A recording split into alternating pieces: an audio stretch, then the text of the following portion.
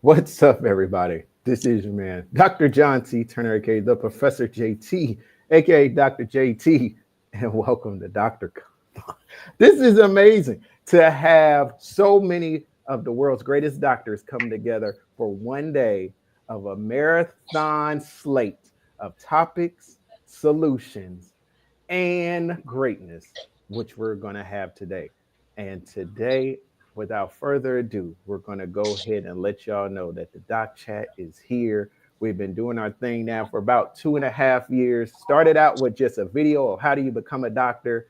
Now we've had over 50 different podcasts, over 200 different doctors from around the world, stretching from all the way from London to Australia, all the way back to the United States. We've had over 10 different in-person meetups.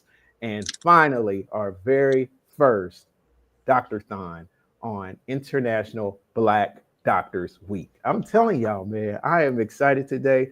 And we're going to go ahead and let these doctors get into it, because the topic on today that we're going to start out with is the dark side of the doctor degree.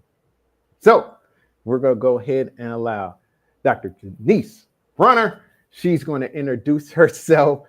Welcome to Doctorthon in the Doc Chat. How are you doing today? I'm doing great. I mean, it's been knowing that you had this going on, I got really excited because one, I get to increase my network, but also two, just the fact that when I was going through grad school, being able to hear about what happens during and even after something that really wasn't present. So I'm very excited to be here today. But give a little background about myself. My name is Dr. Denise Brunner, and I got my degree in microbiology and immunology from the University of Michigan. So a Midwest girl who moved out to Cali. But, from, doing my graduate work and doing an academic postdoc, I realized that staying in academia wasn't for me. And so I started to make several career pivots over time. One being, going into consulting for a little bit, and then made my way into big pharma, where I did some work with looking at clinical feasibility for trials on a global scale, and then also helping to increase representation in immunology-focused trials. And then found, again, had that same feeling like this is a little too small for me. I want to have greater impact. And so I last year branched out and started my own consulting agency called Impactful Ventures. And since then, I have been able to work with 15 clients, all of various sizes, from startups to Fortune 500 companies. As you can see in the picture behind me, had an opportunity to ring opening bell at NASDAQ with one of the companies I'm on the board for, called We Are Ill. Nice. They are a nonprofit organization who is focused on Black women with MS and now expanding into chronic illnesses. But it's been a fantastic journey. So I always tell people, just because you start in academia doesn't mean that you have to stay there. And who knows, I might go back. But for now, I'm like in the life of business. So we love that. Absolutely love it. We appreciate you being here for Doctorthon on today. And I'm telling you, I'm excited to hear what you have to say. We are going next to the amazing, the awesome, the great Dr. Raven Gore. Welcome to Doctorthon. Welcome to the Doc Chat. Let us know a little bit about yourself today. Sure. Well, first of all, congratulations, Dr. Turner, on seeing a vision come to pass. We are all extraordinarily excited and proud to be a part of your vision. I hail from Greensboro, North Carolina, not the other Carolina, if you will. I was fortunate to receive my doctorate in education focused in organizational leadership and development from Grand Canyon University, fully online, 5 years, 4 months, and 28 days. I birthed my fourth baby. Currently, I have the pleasure of teaching at Voorhees University in Denmark, South Carolina. It's not in Denmark, Europe. It's in Denmark, South Carolina. And I do have the pleasure of teaching in what's called the Second Chance Pell Grant. And regardless of which side of the aisle you sit on, I'm hoping that our leader of these United States will not touch the Second Chance Pell Grant because it is an allowance for inmates in the South Carolina Department of Corrections to receive a business degree. And I'm excited to be a part of that. In addition, I am an executive and career transition coach. I'm ICF certified. So I'm certified to coach coaches through the International Coaching Federation, where I travel domestically currently, supporting people in their career transition. So proverbially, I have a job because others don't, and I take that very seriously. In addition, I'm a business consultant. I help Michael Jordan's. I get to be their Phil Jackson, if you will. I help people to make their visions come to life, and I am living in part of the dark side while I operate in sunshine and joy. I am living part of the dark side because I do have 3 full-time jobs, living in all of my dreams out loud and taking up space. Thank you again, Dr. Turner. We appreciate you, and I can't wait to hear about this because, man, getting that doctorate don't mean that the money is going to roll in, folks, and we're going to talk more about that in a little bit. Now, last but not least, my good fraternity brother at Kappa Alpha Psi Fraternity Incorporated, Dr. Ed. Dr. Ed is in the building. Let us know a little bit about yourself, and welcome once again to the Doc Chat and to Doctor's Talk. Well, good morning, everyone. It is a pleasure to be here and to sit amongst some wonderful individuals who I am excited to be on this interview with on today. So I'm just grateful. Congratulations, Dr. John, for putting this together, because I believe that this is something that is beneficial. It's going to be so impactful, and many individuals will definitely benefit from hearing the stories from individuals like us. So just to tell you a little bit about myself, my name is Dr. Rocky Simmons. I am from Orangeburg, South Carolina, not North Carolina like she just said, but South Carolina. I have the pleasure of serving as Director of Corporate Foundation and Community Relations for South Carolina State University, which is located in Orangeburg, South Carolina. I was very excited to hear my fellow sister here saying that she works at Voorhees College, which is literally like 15, 20 minutes away from where I live. So it's very exciting to have another individual here who's working in academia. Unlike many of you all, I didn't start in academia. I started in local government. And if you know anything about local government, there's not many individuals who honestly have a master's or a doctorate degree. So my experience has been a little different. And I got my first opportunity to serve as an adjunct professor at Benedict College, which is located in Columbia, South Carolina. And that's where I got this passion for, I said, you know what? I think I've had enough of local government and public service. I want to spend the rest of my time in higher ed, and I enjoyed my time there. I still serve in that capacity. I serve in 2 different schools. I serve in the INTD program, where I have the opportunity to give back to individuals who are old enough, I could say seasoned enough to be my mom and my grandmother. So it's a quite interesting dynamic when you have a 31-year-old like myself coming in, and everybody else is probably either know my grandmother or, you know my mom and dad. So it's a quite interesting scenarios. And then I also teach an undergraduate program where I teach in the political science department. So I am just excited to be here, and I look forward to our conversation today. We appreciate you, my brother. We appreciate you. And the folks are tuning in. Dr. Gary, yo to you, my friend, my brother. We appreciate you so much. And we cannot make sure we forget our buddy, Dr. Q. Now, this is a great story, folks. She started watching the Doc Chat way before she even started her doctorate degree. And I will announce, she just told me yesterday she completed her doctorate of nursing practice just this week. So Dr. Q, we are so proud of you. We are so very proud of you, because this is the inspiration that we have been doing with the Doc Chat. I also have another doctor. I ran into him, well, about to be a future doctor. I ran into him in April. He said, I'm interested in a doctoral program. I connected him with 2 of the docs that worked with us in the Doc Chat. And now he is about to start his Doctorate of Health Administration in the fall. People are being inspired by seeing us as doctors do the work, get it done, But that's why we're having this conversation today, because there's a dark side to it we want to make sure we talk about. And we appreciate you, Doc. We appreciate you down in North Carolina. You had to let us know what part of North Carolina you are. We have the great Dr. Gore here. Y'all might have to connect, because us doctors need to connect for sure. Now, let's get a little bit of preface before we get into this conversation. We have to realize that us as doctors, especially Black doctors, really have to fight so many battles just to get our doctorate degree. And let me give a little bit of preference about that. So I'm gonna try to see if I could share my screen here. All right, so hopefully that's come up good. So when you get done with your doctorate degree, you have to submit a document that says to the National Center of Educational Statistics, hey, I just got done with my doctorate degree. Now, this particular statistic shows everybody that completed bachelor's, master's, doctoral degrees. Now, if we look a little close, we'll start to see the number of individuals who got doctorate degrees within that calendar year.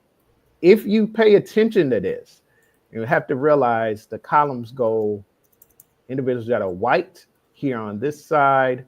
We have individuals who are Hispanic right here in the middle. Second section, we have Pacific Islander, we have Asian, and then we have indigenous individuals. So our Black individuals are right here in the middle section. So we'll have Black males that will get about 8% of doctoral degrees, and Black women that'll get about 12%. But that is a very low number compared to the number of white women and white men that get doctoral degrees. And out of pretty much a lot of the big four of demographics, white, Asian, Latino, and Black, Black people get the lowest amount of doctoral degrees pretty much every year out of those top four groups.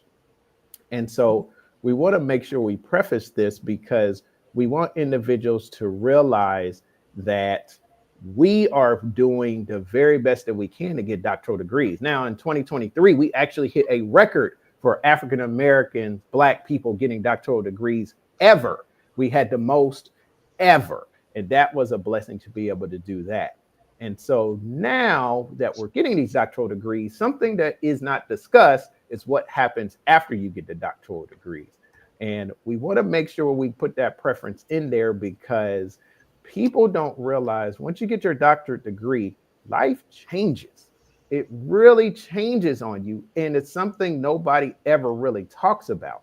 And so I wrote a post probably about a month ago, and was really inspired to talk about the fact that we go through some things when it comes to getting our doctoral degrees.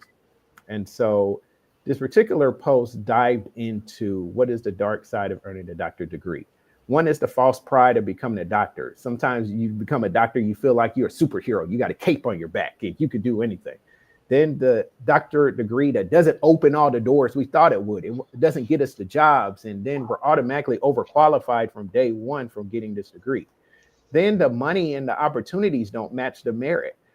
You'll have to work under people who don't have doctorate degrees and do work that we know we should be able to do. But unfortunately, we have to do it just to pay bills. And they're only going to pay us anywhere from 50, 60 to 70,000 if you don't have your proper niche and know what you do, and depending on where you live as well. And then finally, the connections. The connections part of getting a doctorate degree are tough. They switch up on you. People will change on you. Oh, you think you're so smart, or you're a doctor. Relationships end, relationships change. To the point, this particular post went what you would consider LinkedIn viral. A lot of people chimed in, and a lot of people wanted to say how they agreed, but also there were individuals that thought I was crazy for saying some of this stuff. That doesn't happen. That's not real. But I got some docs here that are going to try to tell you this stuff is for real. So I'm going to start with Dr. Bronner. Your thoughts on what you saw when you saw the post, and kind of what has been your life since you've gotten your doctorate degree. Yeah, I will tell you, when I saw that post, I said, finally, someone's actually speaking about it, because a lot of times when you think about getting a PhD, you know, there's this hierarchy across different types of degrees, right? And I work in the healthcare space. So when you think about an MD versus a PhD, there's already this disconnect on who's a real doctor and who isn't. So you're having to battle with that type of rhetoric as well. The other thing that I noticed too, post getting my degree, was this idea of what an actual individual with a PhD is like. So when I went into consulting, the biggest thing that I heard was, oh, well, PhDs, they don't really have social skills. And I was like, oh, okay. Oh, they're too big onto data. If you had to do presentations, their slides always look kind of crazy. Like, it was all these things, right? That they don't know how to juggle multiple projects. I'm like, do you not know what we had to go through during a PhD program? Right. And I think the other thing too was what I thought was interesting. They were like, oh, well, you seem so chill. I'm like, well, we were getting hammered during our PhD. We had to defend our idea. So whatever you say to me is not going to crack me, right? But it's interesting, this perception that they have that you're not a good business person, that you lack the ability to communicate. And I thought it was just such a disservice to us. And then you start to get into the money, and of course we can go into that a little bit later, but it was interesting seeing how you think if you've reached this level that you would be able to see a little bit more cash coming in. I remember during my postdoc, there was an undergrad, very proud of him. He had just finished his undergraduate degree, bachelor's in engineering. And he said, hey, I just got my first job. I'm like, ooh, nice. And I asked him, I said, so how much is it? How much are you going to be making? He said, $82,000. Now I'm sitting here in my postdoc hitting maybe 55. And he told me that, and I wanted to flip the table when he told me that, not because I wasn't proud of him, but because I'm like, why is there such a disparity when that is a bachelor's versus me having a PhD? Help me understand. But I think it was just something to show that it was the idea that you're going to be stepping into some money is not the case, right? So it depends on what sector you go into, if you're going to stay in academia, go into industry. But there's a lot of things that go with it. So when I saw that post, I just couldn't help but kind of laugh at it and say, yeah, I can see that happening. I know people have different types of things that happen, but I would say that they hit it right on the head for me in every way. For sure.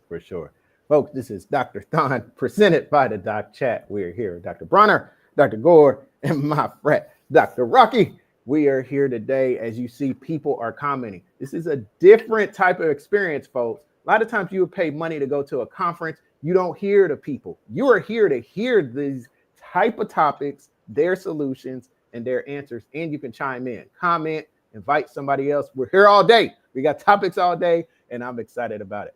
Now, Dr. Gore, we're going to go into your particular journey. You already had it down to the day of when you got your doctorate degree done. Now you are a doctor. Tell us some of the things that you have seen since you became a doctor. Yeah, Dr. Bronner, you're singing my life with your words. It's absolutely asinine, almost, what we're charged with doing for the dollar sign attached to it. But I think we have to be honest with each other. In all areas of education, the dollar sign cannot be what we're chasing fully. And I just have to say that out loud. We have to remember that we're people working with people to grow people.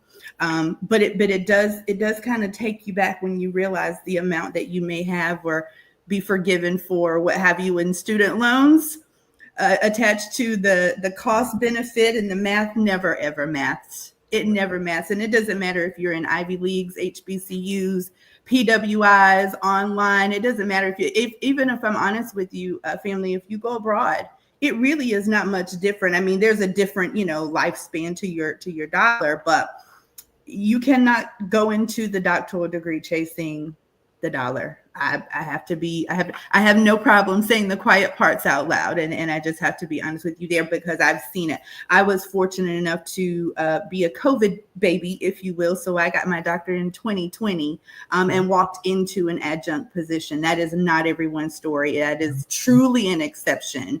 And then was promoted the following semester into assistant professorship. And I'm actually up for tenure for associate at the moment. But again, that is the Michael Jordan of the situation. That is the exception, not the rule. Additionally, realizing that you're a table, you don't have to sit at the table. You are the table. can be an eye-opening experience. Dr. John and I have talked extensively about imposter syndrome and what that means and the nuances and what that looks like. And that's a hot button topic, but there really are nuances to it. Realizing your greatness in a space where you are not proverbially welcome can be a slap in the face. And then one of the things that I want to talk about that I realized after completion was there's a level of almost professional depression. Like, what do I do with my time now? That's good. Who am I after this? Right? Reestablishing, we all post that, allow me to reintroduce myself. Well, when you reintroduce yourself, who are you? Right? Are you clear on who you are as a doctor? Because carrying the title is one thing, walking and belonging in those spaces that you're not always welcome can be challenging. I work in both corporate America and in academia, and being both a practitioner and a professor, it causes me to think in duality on a consistent basis. And so operating in a very predominantly male, predominantly Caucasian space causes me to have to remind the people, but sometimes myself, who I am, that living out loud and taking up space. And so those are some of the dark sides that I've experienced and had to kind of sit with and not only reintroduce myself to the people, but challenge myself to take some self-accountability too. Indeed. Folks, we are rolling. We appreciate the comments. We appreciate everybody tuning in. Dr. Gore already jumped into a topic we're going to be talking about at 1 p.m. and 2 p.m. today on imposter syndrome as a doctor. Make sure you check that out. I'm actually bring up real quick our slate for today to make sure folks see what we're working with. Let's see, pull that up. All right. So, of course, we have the real and the dark side of the doctorate right now. Our next session, we have education versus Trump administration. What's that like? What's that going through right now? Then we'll take a break at 1 o'clock and 2 o'clock. Topic a lot of people have really been asked about. We're going to talk about imposter syndrome and why does it affect us all. Then we're going to take another break. Then we're going to talk about some of the great stuff of being a doctor when you can launch your brand, books, businesses, and do speaking engagements. And then we'll wrap up what is really happening with DEI. So we have an amazing Doctorthon today, amazing slate of great topics we're going to talk about. So we are excited that everybody's joining us today.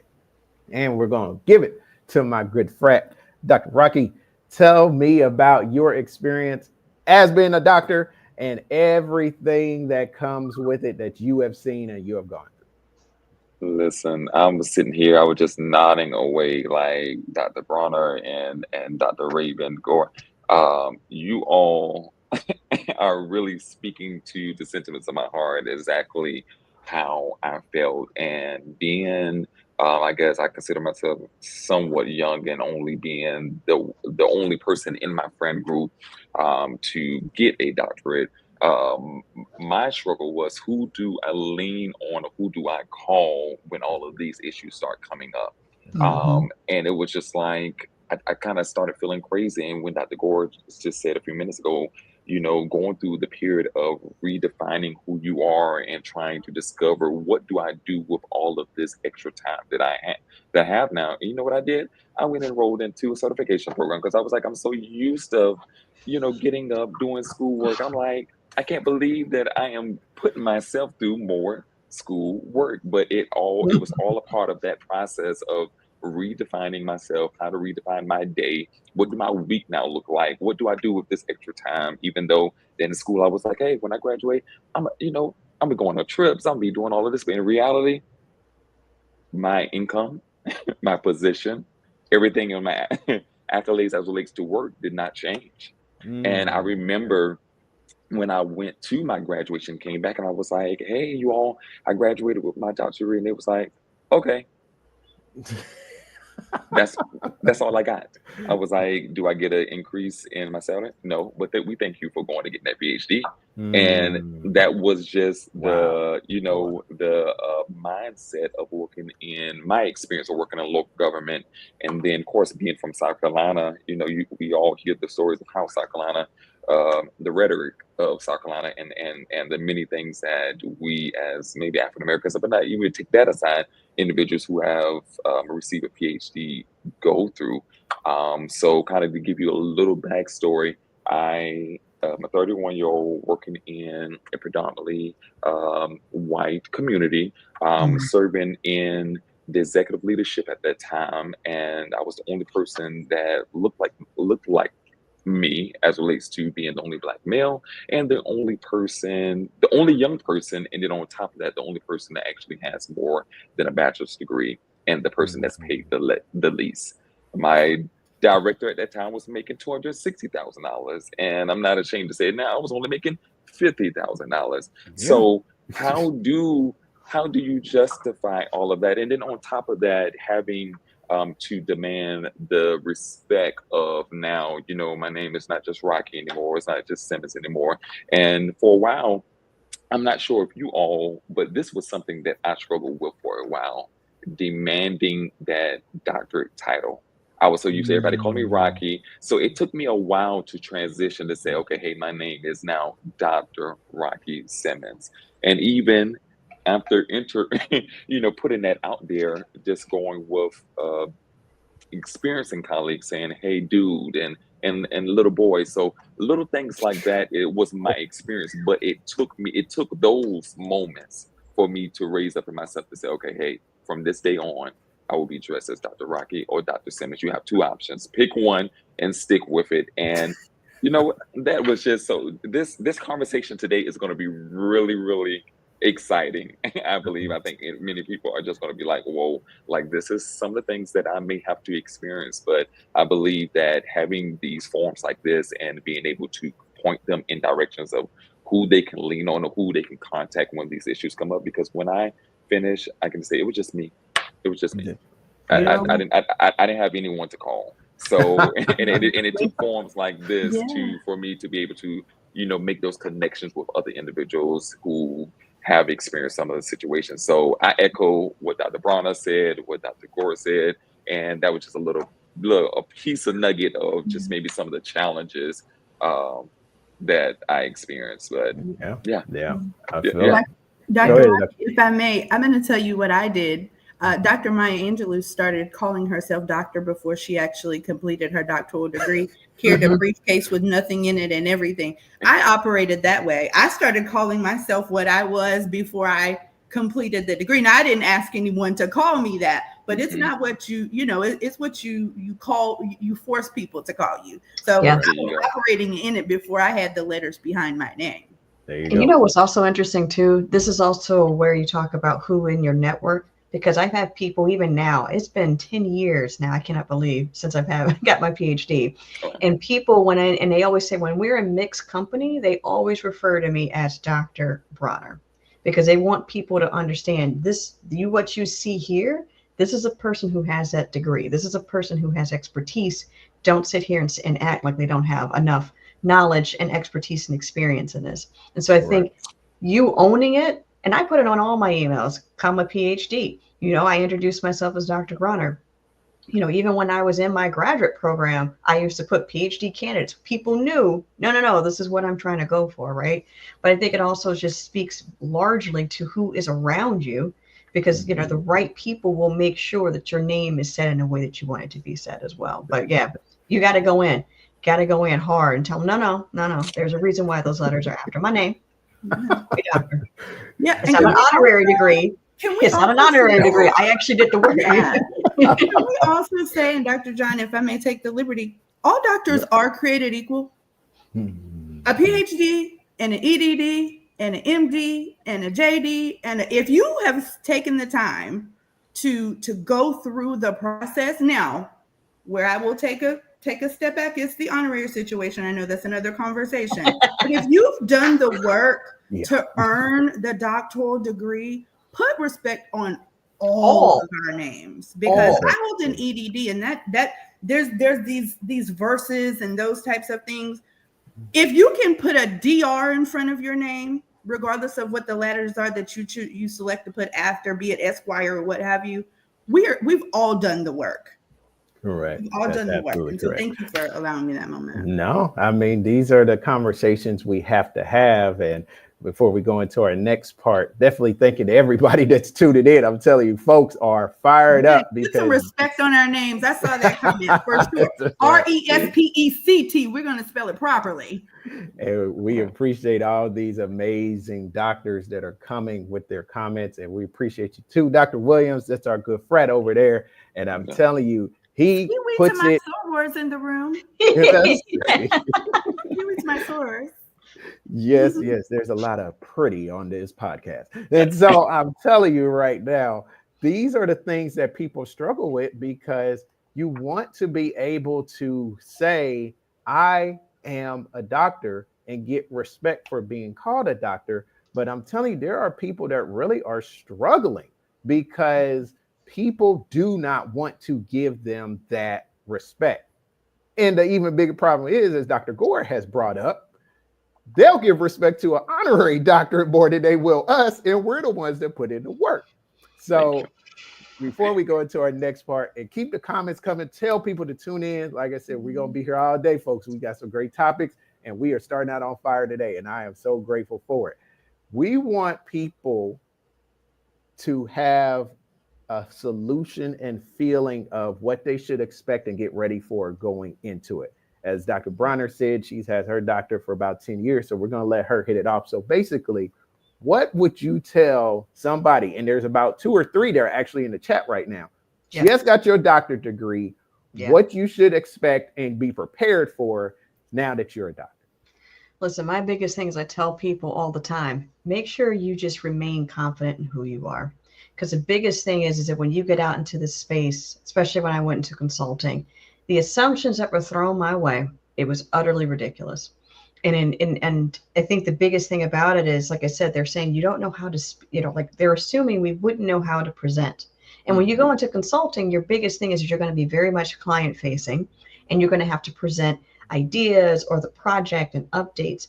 And for them, they were like, oh, well, we don't want to put, you out there because, you have a PhD. Until they see you starting to do the work and they saw how I designed my slides, they're like, oh, maybe we should put you up. But it's the fact that you're having to deal with these assumptions right out the gate, right? Age also plays a factor in it, right? Like I got my PhD before I turned 30. And so there's this idea of, oh, you're young. Like people look at me, they don't know that I have a PhD, right? When they first see me. And I always tell people, if you just looked at the name Dr. Bronner and you put a couple of people in front of them, I bet you they would not pick me. Right. I know they wouldn't. Wow. And so I've had people who see me on planes that are like, oh, so what do you do? You're so, you're so jovial. You're such a good talker. Like, are you a barista or something? I'm like, a barista? Like, I'm not going to take away from a barista, but damn, like, wow. So it's these types of assumptions that people make about you, about what you look like and things along those lines. I even have people say, oh, so what you get your PhD in? Because that's another thing that we don't talk about is what you get your degree in. There's a certain hierarchy about, oh, maybe your PhD wasn't that hard. Yeah. That makes sense for you to do that type of work. And I think it's just rude. Right. Correct. And the amount of eyebrow raises that I get when they hear that I got my PhD in microbiology and immunology, they're like, oh, so you smart. I'm like, me doing a PhD is smart. Let's just start there. Okay. But I think the biggest thing is remain confident in who you are. Right. You went through a PhD program.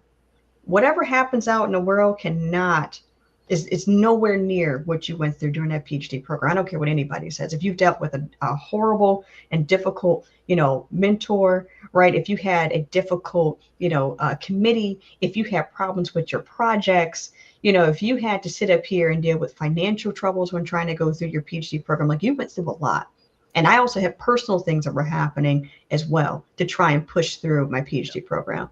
So my biggest thing is remember, you made it through. You deserve to be there. And at the same time, don't be ashamed to showcase your expertise and your skills. There's a lot of skills that we've built up during our PhD program that are very much transferable. And I don't think we highlight that enough, that a lot of the things we do from project management to presentation to communication skills to writing, managing expectations, like a lot of these things, or even financial, like, dealing with a budget, because sometimes you had a budget when you're doing your projects, all of these things that we've done translate into the real world. So that's what I say, just to lean in a little bit more of that, and just don't let people question your ability. Indeed. Just don't. Indeed. And she tapped on something that's really big. What you got your degree in, where you got your degree, and realizing there's over 50 different types of doctoral degrees now. I mean, the people that have reached out to me since we started the Doc Chat are saying what they got their doctorate degrees in and where they got them at. It's very impressive. And I mean, I'm very proud of people that say, I want to put in the work to do it, but there are differences. I'm talking about folks that 5, 6, 8, 9, 10 years to get theirs done. And then there's folks that there's a program at University of Virginia at Lynchburg, Doctorate of Health Administration, 1 year, and they crank out over 300 Black doctors a year in that program from all over the country. So there are different types of programs out there that people have to realize. We see you, but I'm not gonna lie, there's some of us that put in 5, 6, 7 years of work, and we like, hold on now, like, I get it that you got your doctorate degree, but Research One institutions, all those different types of things, they play a part. So always make sure that you understand, yes, we all do have doctorate degrees. They're great to have, but some people have put in different levels of work to do different levels of things. And so we always have to be respectful of that. Dr. Gore, solutions, people who just got their doctorate degree, what would you tell them? For sure. Well, I live by the mindset of living out loud and take up space. Be exactly who you are. Mm-hmm. If you feel your energy fill the room, let it fill the room. There is nothing great about shrinking so that others feel bigger around you. But additionally, don't let your doctorate enter the room before you do. Do the work. Wow. Speak on that. Do the work. That's good. Right? Let your greatness be undeniable, right? Because you've done the work. Let your work speak for you. I don't mean to go biblical or religious, but you do have to let your work precede you. That way, Dr. Rocky mentioned commanding. You should be able to command versus demand the attention that you're due if you're doing the work, right? And I assure you, I am a living testimony that your gift will make room for you. It will build rooms for you. It will speak your name into spaces that you've never even entered into, but do the work first. Versus, we get mad at those with honoraries, but they have honoraries because they were somebody prior to that, right? We think about Usher and Tank and Angela Bassett and those types of people. They did some level of work, not the level of work that we did, but truthfully, live out loud. I said it to myself one day and I was kind of like, oh yeah, no girl, flips hair. Live out loud. Do it, be big, be jovial, right? I tell my clients often, today is July 31st. There's someone who on July 30th had every intention of waking up on this morning and doing some really great things, and they didn't get to do it. We do. So live out loud and take up the space that you're in, and move freely in your gift. That's right. It's gonna be scary. Do it afraid. Do it afraid, and find someone who you can connect with. Because believe me, I know Dr. John has several chats, several connections. There is always someone willing to support you, but you have not in some cases because you asked not. What is it Fat Joe said? Today's price is not yesterday's price. Add tax. Add tax. When you get that doctorate degree, folks, don't be afraid to tell these folks it's doctor in front. The price has went up. That's how it should go. Facts. Dr. Rocky, solutions, man. Solutions. What would you tell somebody who just got their doctorate degree? What would you tell them to help them be successful as they move forward? I concur with everyone sentiments so far, but the two things that I would add would be to make sure that you identify some type of connection. So while you're going through this process, making sure that you are making meaningful connections, because you can make connections and they not be meaningful and not be beneficial to you. So make sure that you surround yourself with individuals who that you could possibly maybe model or have possibly already gone through that process already. And then secondly, I would say that it's okay to not have everything figured out. When I graduated with my PhD, I wanted to have my whole life mapped out. And I remember growing up, I used to hear the older individuals say that, if you want to make the Lord laugh, tell him your plans. And he has been laughing at me because the plans that I thought that I had set up for myself between the time that I graduated to this moment that I sit here today, my whole career and aspirations and everything have pretty much pivoted. I thought I was going to retire in local government, be a county city manager, work for local government, and now I'm serving in higher ed, and I'm loving what I was doing. But if you'd asked me this 3 years ago, I would have told you I'm never going to higher ed. I always said that, hey, once I retire, I would serve as an adjunct professor and give my time. And God just started laughing. He did. He just started laughing and laughing, because clearly what I had mapped out for myself was not the plan that he had for me. And lastly, I just had to, being that spiritual side that I have, I just had to just pretty much just surrender to his will and be like, hey, I am going the way that you want me to go, because I don't want to keep running into a brick wall. I want to make sure that what I have been put on this earth that I'm actually doing. And it took me a little minute, but I'm there. So I don't think he's laughing anymore. Yeah. And when I was going through my degrees, I said my bachelor's degree was for my mother. She really wanted me to get it. And I got that, and God rest her soul, I hope she's proud that I got that. The master's was for me because I went into student affairs and higher ed, and I loved working with students.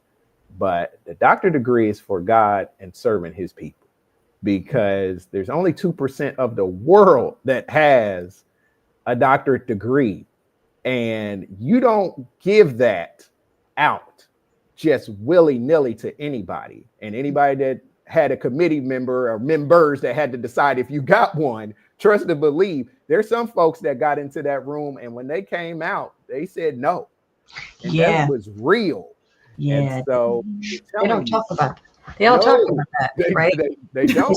They don't. And it's crazy because, as I say, because for me, it's weird because I know a lot of people think about when do they want to get their PhD. I knew at the age of 14 because I had a Black male teacher who had introduced us into the world of bacteria. And it blew my mind, right, that there was this idea, something on a microscopic scale that could make you sick as a human. I was like, that doesn't make any sense to me.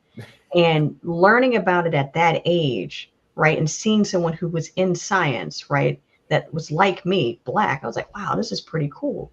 So for years, I knew that's what I wanted to do. But my original thought was that I get my PhD, right, and I either become a professor or I go work in hot zones, because I read the book Hot Zone. It's like, oh, I want to go into some crazy spots and find out about all these kind of weird and really bad type of viruses and bacteria, right? So I was like really excited about that.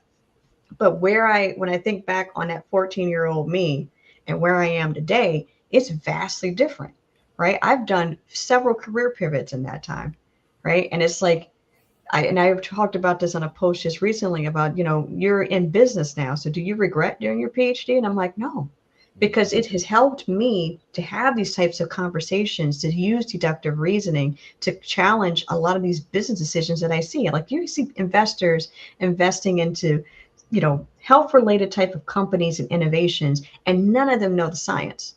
Right. And it's like, how are you making these types of decisions and moving millions and billions of dollars in this space, and you don't understand the science? You've got to go and outsource it for an industry SME, right?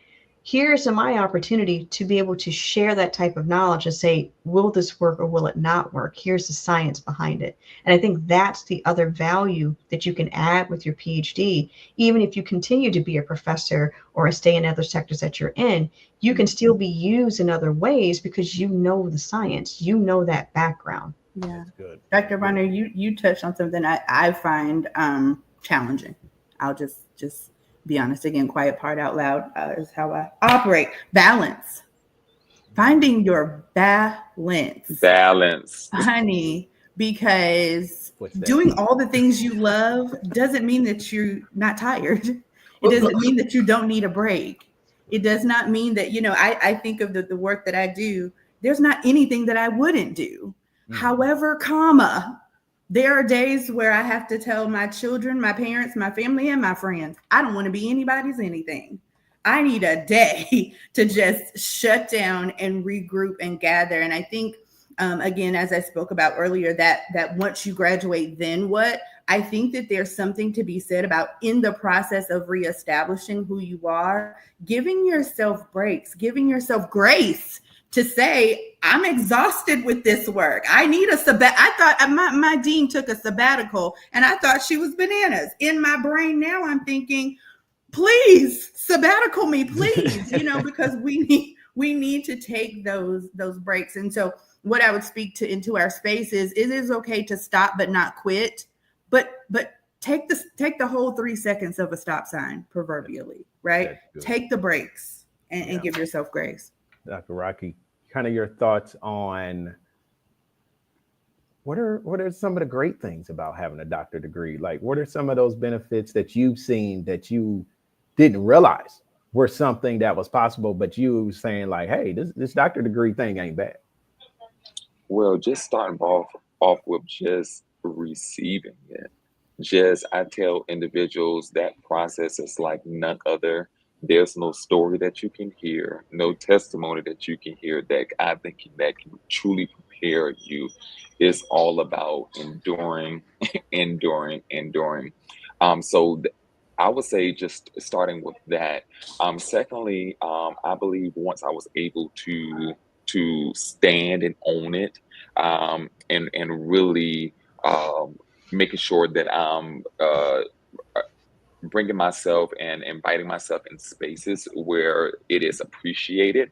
That's where I would say kind of like the benefits, and also too just going into those rooms and having those conversations with those individuals and gaining insight and experiences, and also because like you said earlier, I don't think we all went into it, or I should say maybe some of us haven't went into it knowing that, okay, we're going to make all this millions and millions of dollars, but just seeing the fruits of our labor and saying that, hey, what I went through and what I experienced and what I endured, now I see the benefits. Look at the impact that I'm making. Look at the student's life that I'm changing.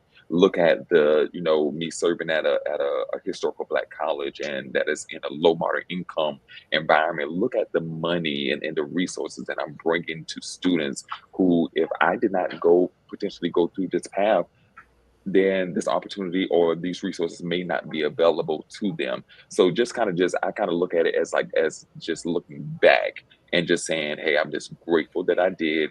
And I'm just glad that I was one of the ones that God chose to allow me to go through it, to receive it, and now give back, because that's what it's all about, giving back to the next person and just having those resources and tools for the next person behind me. Love that. Dr. Bronner, some highlights of being a doctor and some of the great things about you receiving your doctorate degree. I gotta say, I think the biggest thing is now when you walk into rooms and people actually call you doctor, how people act. I love the look on people's faces. I'm also that type of person who just likes to mess with people, but it's just the face that people have when they hear that you have a doctor, you're a doctor or you have your doctorate degree, and they're like, oh, it's like their whole demeanor changes, right? And it's also interesting when you walk into the room and you're like the smartest person, supposedly, right? Because you got this degree, and people go, oh, well, it's like, it's a different aura, different way that people interact with you. And I have to say, even after now being away from academia now for 10 years, still seeing my papers being cited, right? Still seeing, when I go into presentations and I see people citing my work, I still go to, industry related conferences, and I see people presenting. I'm like, oh yeah, there's my work. It's interesting seeing all the work that I did that is still influencing some of the current work that's happening, that there's still postdocs and graduate students who are using my work to kind of continue their studies forward. I think that's something that really excites me about it. But I think the other thing too is having that degree and going through it. And like I said, since I'm in microbiology and immunology, when you see things happening or you're reading about some of the latest advancements, knowing that I can go through, see the news article, go and search and find the actual research and be able to understand that, right? Like being able to understand that type of work, I think is something that also makes me very happy, because now I can read through the scientific papers and really take a critical eye towards it. Or when I have family members who are going through some health issues and they're trying to understand, well, the doctor said this, what does that actually mean? Being able to translate that for them, right? And being able to help friends and family understand, what does this actually mean and why is this important? Like when you look at certain lab results, what does that actually mean? Now, yes, as you talked about earlier, Dr. Gore, having that balance, people all start to turn towards you because they're like, oh, well, you know this, like you're a doctor. And you're like, yes, but like, okay, hold on. Hold on. Maybe But not that type of doctor. Right. But it's just the fact of you're able to kind of keep up with some of it. Right. And I think for me, that's the part that I really love the most. It's just a different type of confidence having it, that it has allowed me to have other opportunities that I think others have not had. But I just love the fact of seeing that, the research that I did is still out there, that is still being cited, makes me happy. It really does, right? It just makes me so happy to see that I can now step into new spaces, especially in venture capital, in entrepreneurship, and really be able to make some huge changes, but bring that science with it. So Indeed. Congratulations. For sure. And Dr. Gore, some of the highlights of you becoming a doctor, some of the great things. I figured you would ask a question like this. For me, I love being able to be the thing that I had only seen, right?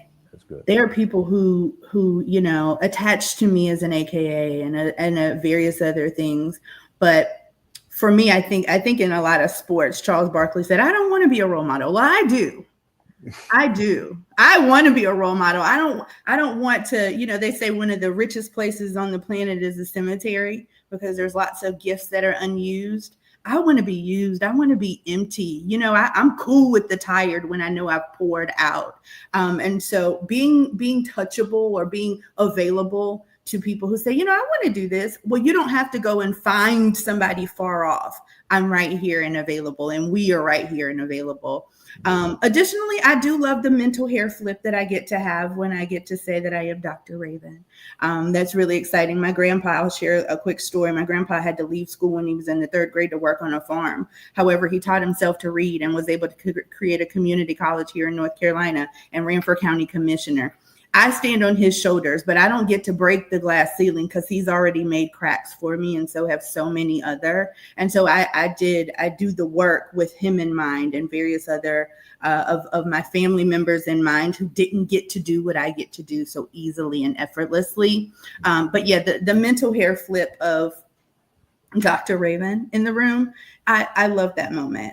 It's really exciting, but I do have to tell people, like you just said, Dr. Turner, I'm not that kind of doctor, because there is a stereotype associated with doctor where people will start to go, well, my elbow has been, no, not that kind. I can't help you with that.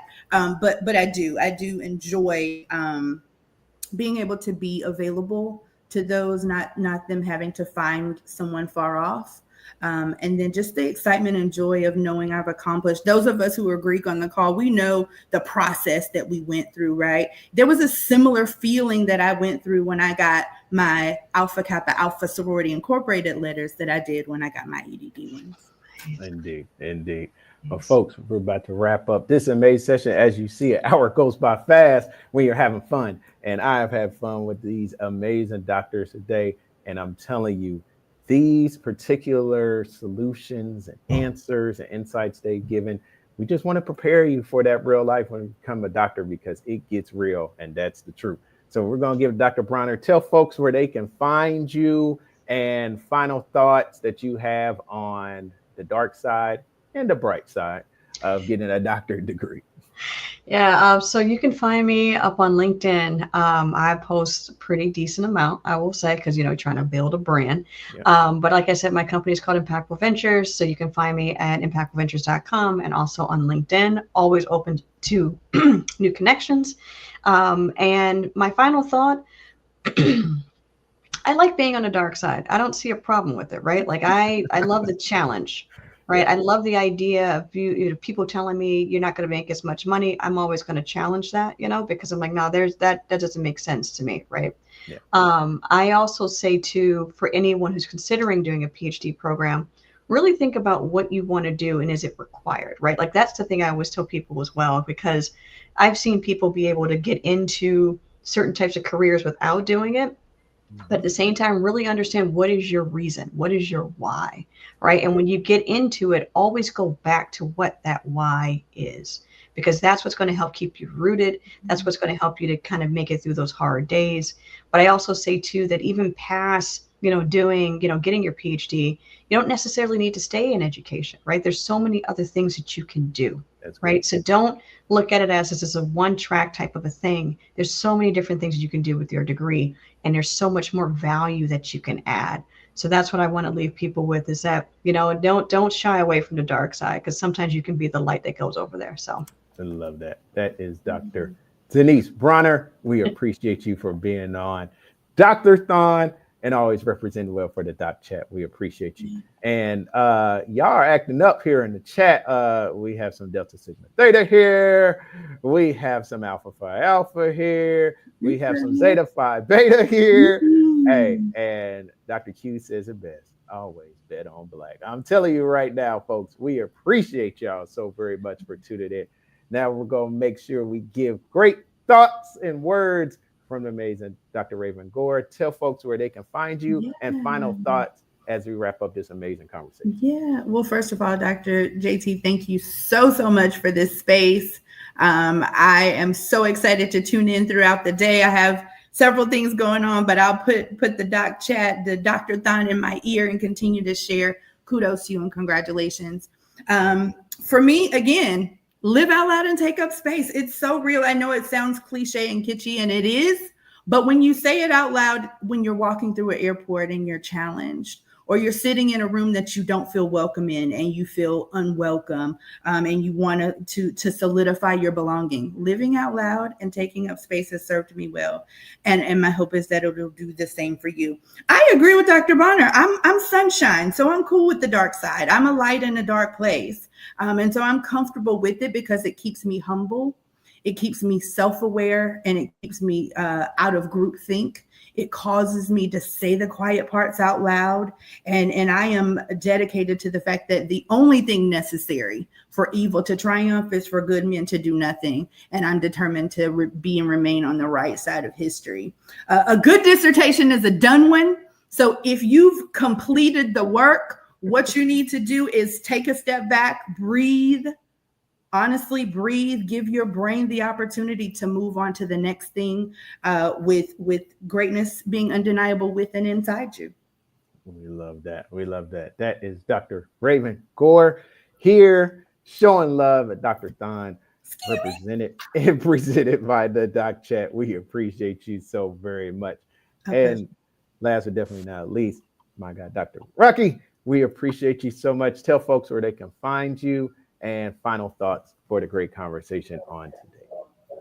Yes, well, I'll just say thank you so much, Dr. John. This has been so beneficial, and I think even though that I have been serving as a spokesperson, this session has truly blessed me, and I'm leaving with some gems from Dr. Bronner and Dr. Gore. You all have really spoke to my heart today, so thank you so much. And just final thoughts, I would say one thing that I would say receiving a PhD, the good outweighs the bad. And that is something that I would say, and I will always just tell people that, nothing is impossible. The word impossible says impossible. So just keep pushing, just keep striving, do the best that you can. And it's okay to not be okay sometime. And just lean on the individuals, lean on your support system. Lean on those support systems. That's how you're going to get through. And if you're spiritual like I am, keep God first. I guarantee He won't lead you astray. He will guide you and direct you, and He will prevent you from any mess that may come. Okay, so I would just say that, and I'm grateful to be here. And I will be listening throughout the day because I know that there will be some amazing other presenters later on that will continue to bless the individuals like myself who are listening and really need this picker upper sometimes. Because we know when we go through this work, sometimes, we get tired in our body. So sometimes we need to be poured back into. So I think that this Doctorthon is doing just that. It's pouring back into the individuals who always have to pour out to other individuals. So I'm just grateful to be here. So thank you so much.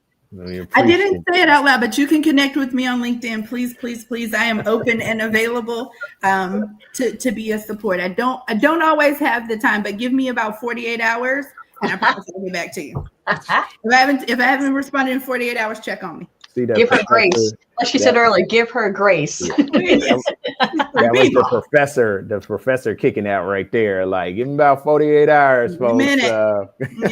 We appreciate it. We appreciate these great doctors, and we appreciate everybody tuning in. As I said, we're about to go ahead and roll into our next session. We're going to let these doctors go ahead and exit out, but we appreciate y'all today so very much. Thank y'all so much. And we're going to continue on with the Doctorthon on the day. God bless y'all. Thank y'all so very much. Congratulations, Dr. JT. We appreciate it. We appreciate it. Now, we're going to go ahead and we're waiting on our next doctors to come in. As we're waiting on these next doctors to come in, we want to make sure we preface what's going to happen on today. This is Doctorthon with your host, Dr. John C. Turner, aka the Professor JT. And I am so happy to have my good brother, Dr. Roy Richards, who is in the building on today. Now, this particular topic that we're going to go into is going to talk about the things that are happening that are just mind-blowing right now when it comes to education and the President of the United States. And so, Dr. Richards, thank you so much for being here today. How are you doing? How is everything? And welcome to Doctorthon and the Doc Chat. I think we got you on here. Thank you for having me on, Dr. Turner, and thank you for the great work you're doing. I mean, it's just amazing how you're connecting us and touching lives all across. Guys, can I say this, Dr. Turner? Can I give you a shameless plug? Guys, this is not just a local chat. This is an international chat with doctors from all over the world connected on various topics. If you should have a window into our chat, the opportunities that are placed there, the connect that you make, the support that's there, it's just mind-boggling beyond anything you can and consider. And Dr. Turner, we just want to say thank you for all the great work you're doing. Thank you, sir. Well, I appreciate you very much. Now we're gonna go solo dolo with you because we have two great doctors and something came up for both of them. So you the man today. We're gonna have this one-on-one conversation because I know the great work that you do in education and I'm excited to hear about it. So we're going to roll with you, man. And I'm just so thankful that you took the time to be able to talk today. So before we get started, this is Dr. Roy Richards. He is here with us today at Doctorthon, and we are talking on the topic of education and the Trump administration. And please go ahead, introduce yourself. Tell us where you got your doctorate degree, what was your dissertation on, and the work that you're doing right now. Welcome here to Doctorthon and the Doc Chat. Absolutely. Thank you for having me, Doc. So my name is Rory Richards. I am Jamaican, as you can hear from my accent. So I'm a Jamaican American. I got my doctorate from St. Peter's University, and my doctorate is in higher education, education, higher education, leadership. Now, my dissertation looked at the perceptions of leaders on Afro-Caribbean student success. And it was an amazing study. It was very fulfilling for me. And I was able to interview 16 administrators across 3 different colleges, 2 publics and 1 private. And I was able to ask them questions and interview them on how do they feel about Afro-Caribbean students' success and achievement. What were their perceptions on it? And I got some amazing results. And one of the amazing things that I found out, Dr. Turner, there is actually a reversed achievement gap taking place in some of our universities. Now, the achievement gap often and predominantly speaks about the deficit in academic achievement between white and Black students. But guess what? In some of our universities, there's actually a reverse of this, where Black students are outperforming white students. And I'll send you to Google Scholar to look up my research. You'll be able to read about it all day. But it was really exciting for me to realize that actually the prevailing technologies are being challenged, Dr. Turner, and things are actually much different from what they have been told to us. So go check out the research and we can discuss it some more. I hope that responds to the question, Doc. You did great, sir. You did great. We appreciate you all today. And we appreciate everybody for tuning in. This is the next session of Doctorthon. I'm telling you, we have some phenomenal topics that we're hitting today. And I'm going to see if I can pull those up real quick so we can jump into them so everybody can kind of get a look at what we're looking at for Doctorthon on today. And let me zoom in a little bit. All right. Let's see if we can make sure I got this right. Doctorthon. Give me 1 second. All right, here we go. And so we are in right now with Dr. Roy Richards as we talk about education versus Trump administration. We'll take a nice little lunch break, and then we're going into the powerful conversation of imposter syndrome and why is it affecting us. The women doctors will start at 1, and then our men doctors will start at 2. We'll take another quick break, and then at 4, we'll do brands, books, businesses, and speaking as a doctor, and then at 5 o'clock, or our 6th session to wrap up what really happened to DEI. So stick with us today. We have a phenomenal slate of topics, phenomenal conversations that will be happening, and we're glad to be in one right now. So, Dr. Richards, let's go ahead and get right to it. We understand that there is a president that got into office and just started to wreak havoc on education. There was a withholding of funds, federal funds from colleges, universities, from K through 12 education. DEI was just dismantled. So many things as far as cultural centers and programs and scholarships were just ripped away from college universities. Now these students have to go back to school and everything is different. So tell me kind of your initial thoughts on what you've seen so far with this administration as education has truly taken a fall like we've never seen before. What have been your thoughts so far from what you've seen?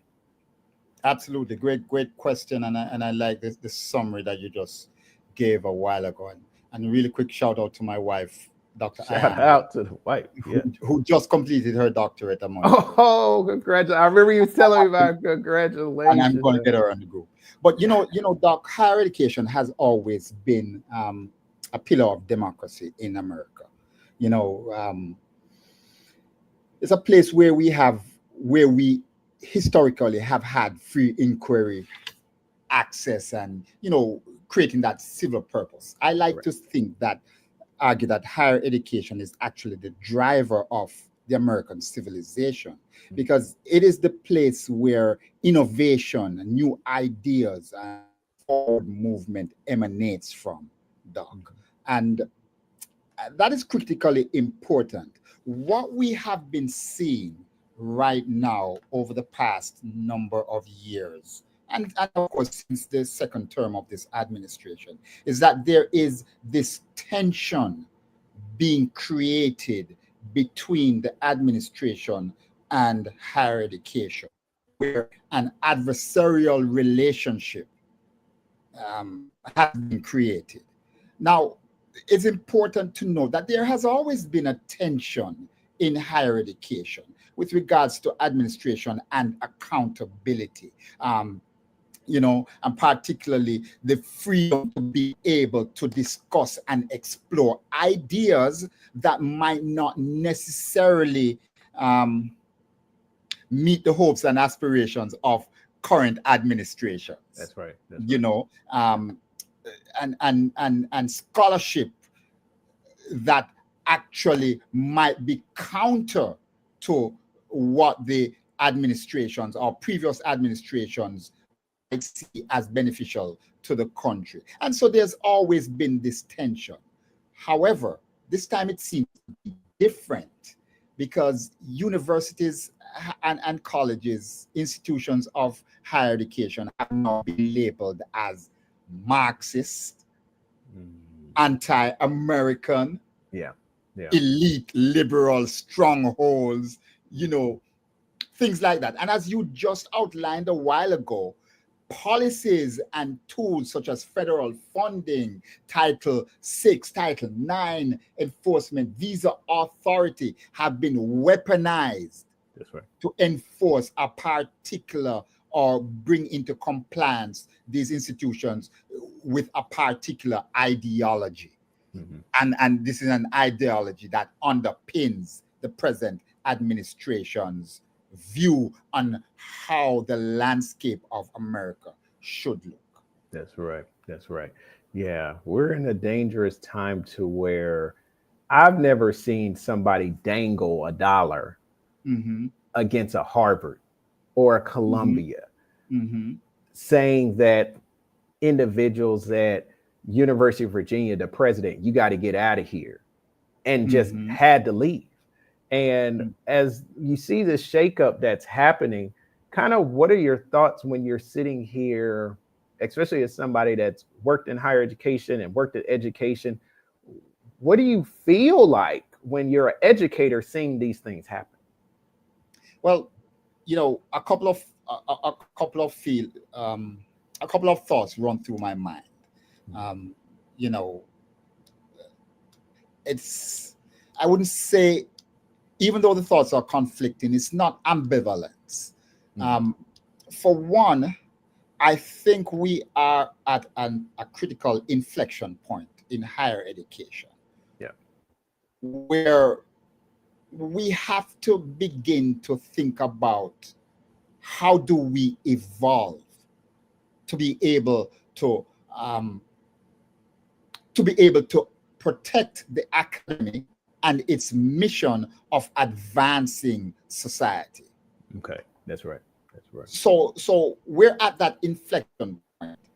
And what it does, it actually creates an opportunity for us. I know everything is all doom and gloom right now, but there is an opportunity for us to have a more unified higher education landscape where we can begin to, as a united front, reaffirm our democratic mission, so to speak. And that's going to take what's often called coalition building, where as a unified academy, a coalition of institutions work together to ensure that we can reaffirm this this democratic mission that is the experiment of America. Because as you look at the literature, as you read in the literature, we know that higher education is the bedrock, has been the bedrock of democracy in America. When everything else around it has fallen, higher education has been able to withstand the test of time. Why? Because it has always been open and free to new ideas. It has always produced the scholars that come with innovative policies that undergird our democracy. Indeed. And it's an opportunity for us now to really think about, how do we move forward?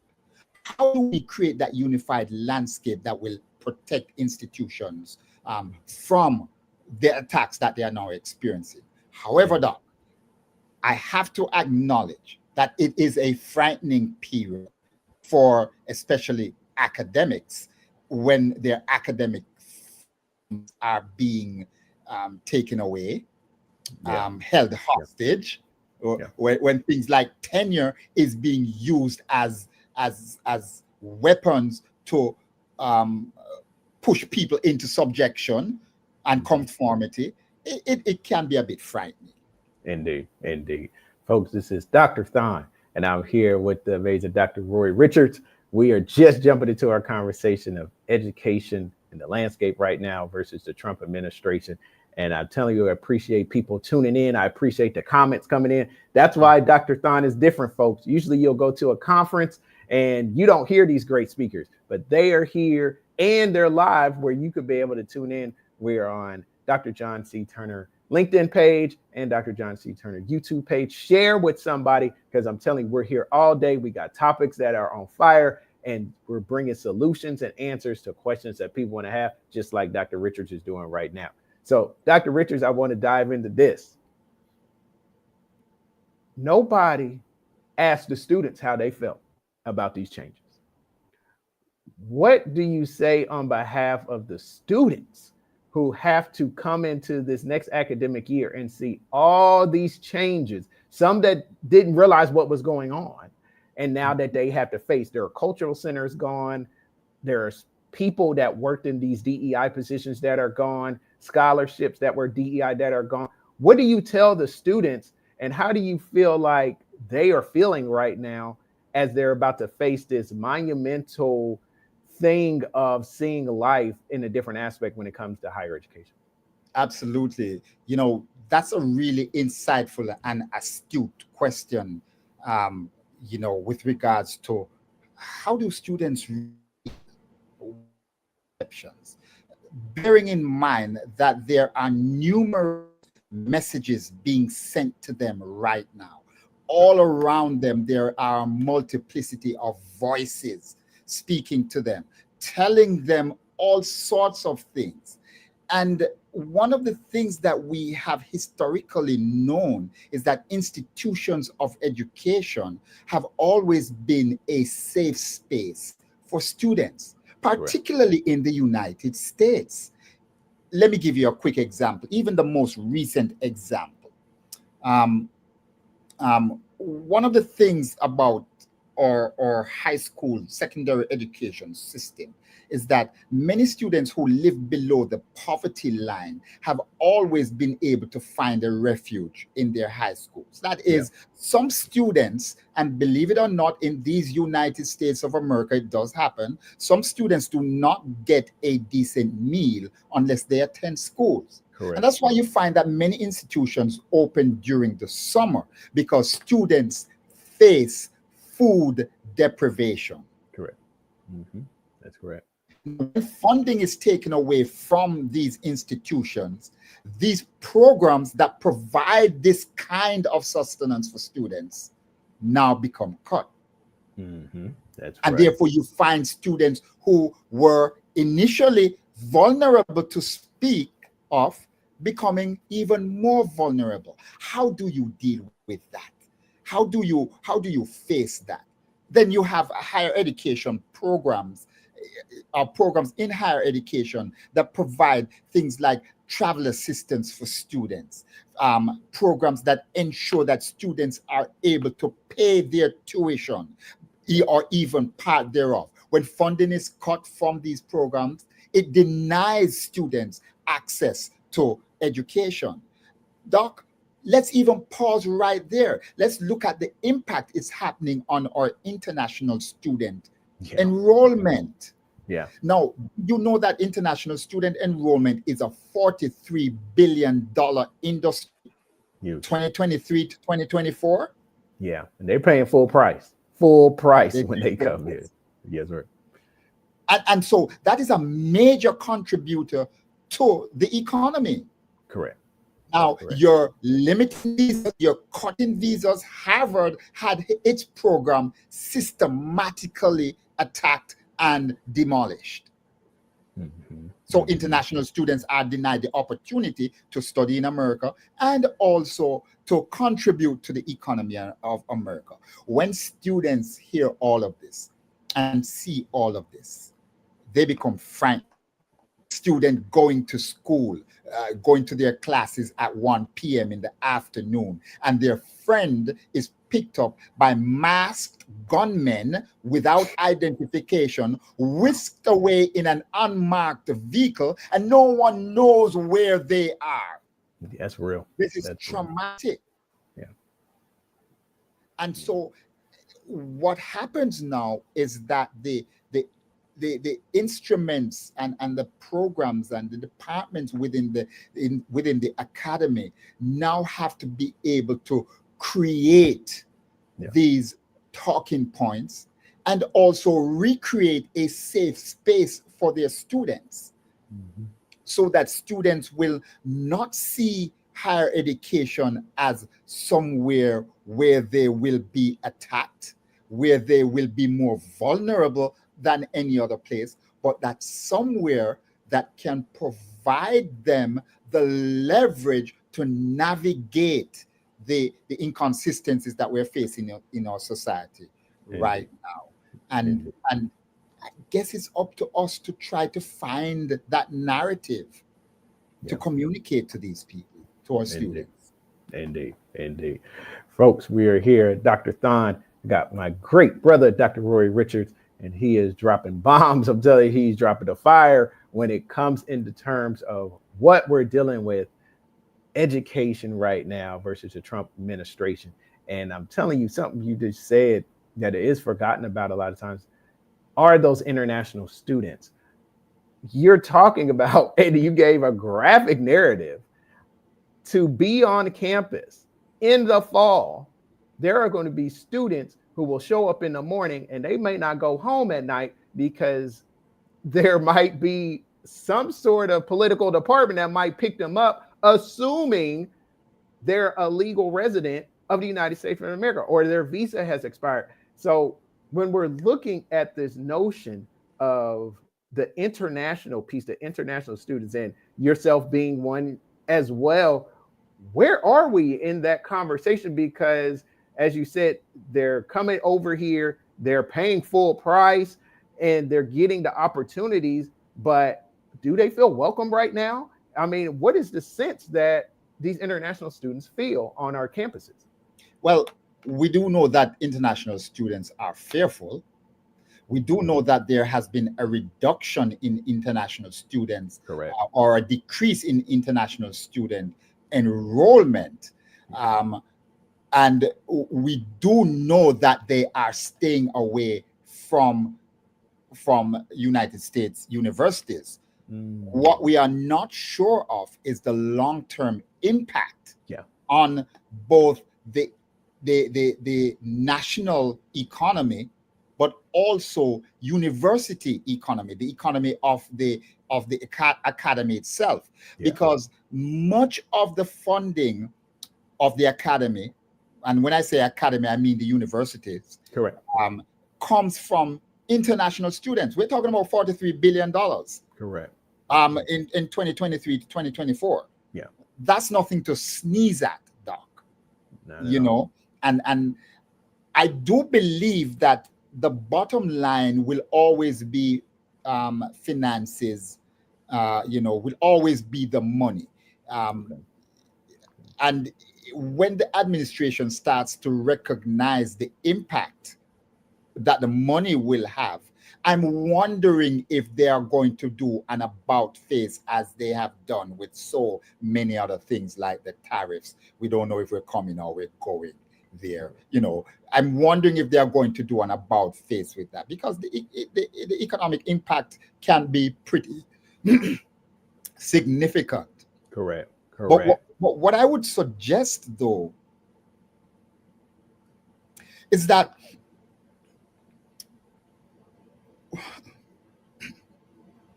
I want to suggest to you that the whole outlook, the credibility of the American Academy has been questioned.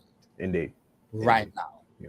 And it's being undermined and eroded by all of these actions that have been taken. That's correct. That's correct. One thing to that armies do when they invade other countries they attack critical infrastructure. And one of these critical infrastructures has always been the education system, because the education system is what you use to develop that intellectual ethos of society. And if you can control that and commandeer that, then you're able to push your ideology on society, and you're able to determine what that intellectual ethos is going to be, whether it's going to be a democracy where pluralism is the hallmark, or whether it's going to be a authoritarian society where hegemony and marginalization are the hallmarks. And I believe that our international students are looking at this, and many of them are saying they don't want to be a part of this. That's I mean, right. you have universities in Europe that you can go to for free. Good, great universities. Our neighbor on the south is saying to us, hey guys, come on over, you academics and students who no longer feel safe expressing your ideas in public. Just this very podcast that we're on right now, talking about this topic, places us in a vulnerable position. I hope that's not why everybody decided that they were having a conversation. You're right. You're right. But it does place us in a very vulnerable position as academics, because everything that we are saying right now is antithetical to a Department of Education purview, or how their outlook is, or a Pam Bondi's outlook, or even our dear president's outlook. That's right. That's right. And that's why we're here at DOCTORTHON, the Doc Chat, and we're saying the silent part out loud, folks. We're having the conversations that need to be had, just the fact because students are scared right now. You're talking about, I just got on TikTok. I finally bit the bullet, Doc. I finally said, I think I'm gonna try it. And there is this thing going around now where Howard University students are livid because their price to go to school has significantly gone up.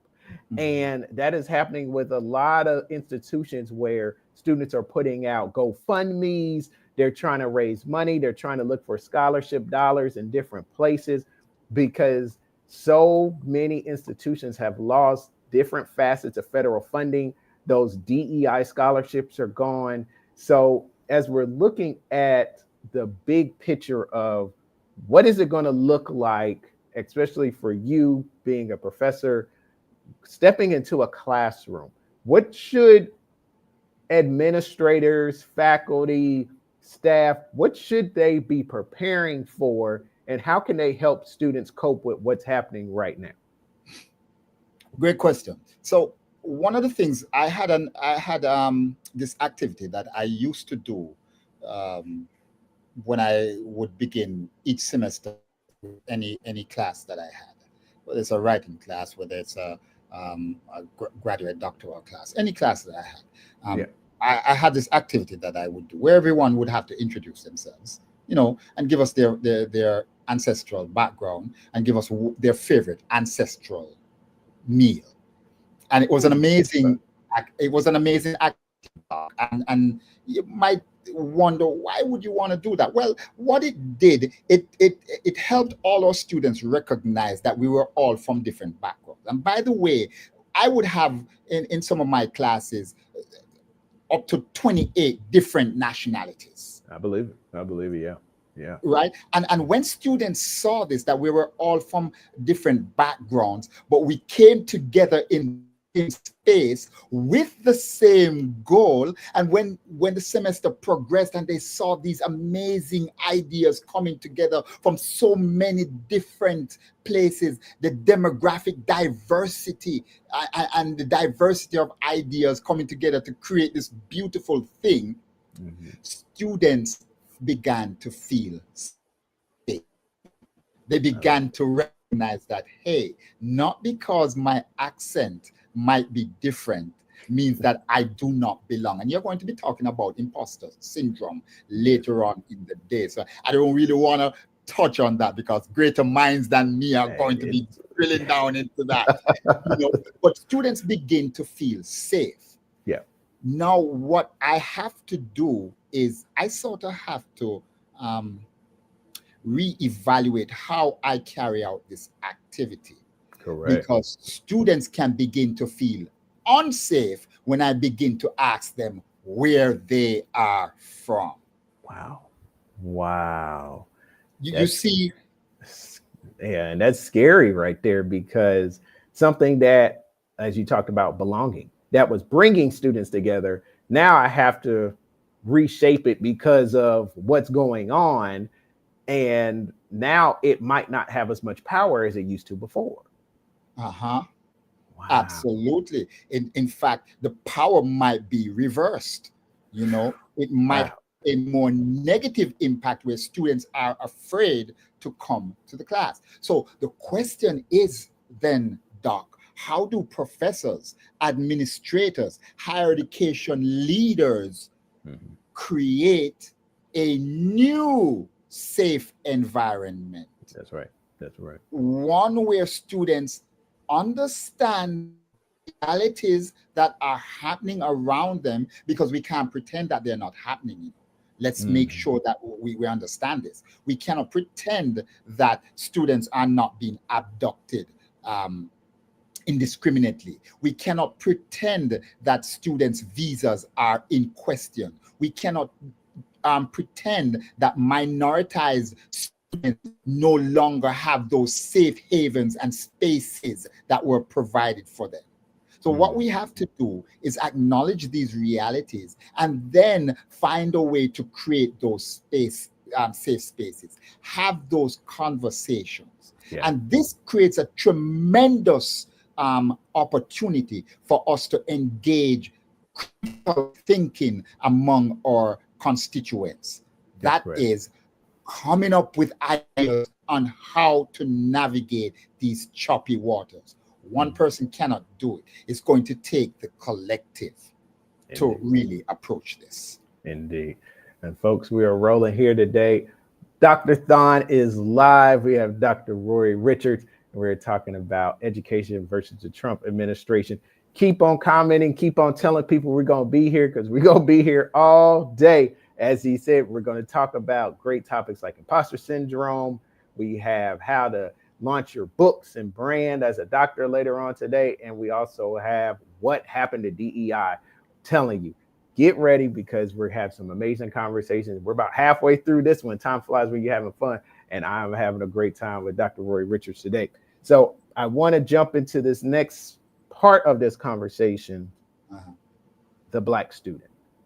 What is going to happen to the Black student as they go back to college in your universities right now? Because I don't think at all people are realizing the student who has a lot of times the hardest time completing their degrees is facing an even more dire straits to complete their degree. What are we going to tell these Black students when they come back to our campus, Doc? Yeah, great question. And first, let's just contextualize this whole of how do we address the implications this has on the Black students' academic development, growth, and achievement and success. That's I mean, think about it. 2023, complete rollback of affirmative action. Then just yesterday, let's think about this now. Yeah. Just yesterday, Doc, the breaking news is that it was about the DEI, I believe. Yep. DEI, the department. Yeah. So the Department of Justice has just put out a memo just yesterday where DEI, while the Education Department and the administration, were putting the structures in place to roll it back, the memo now says it's unlawful.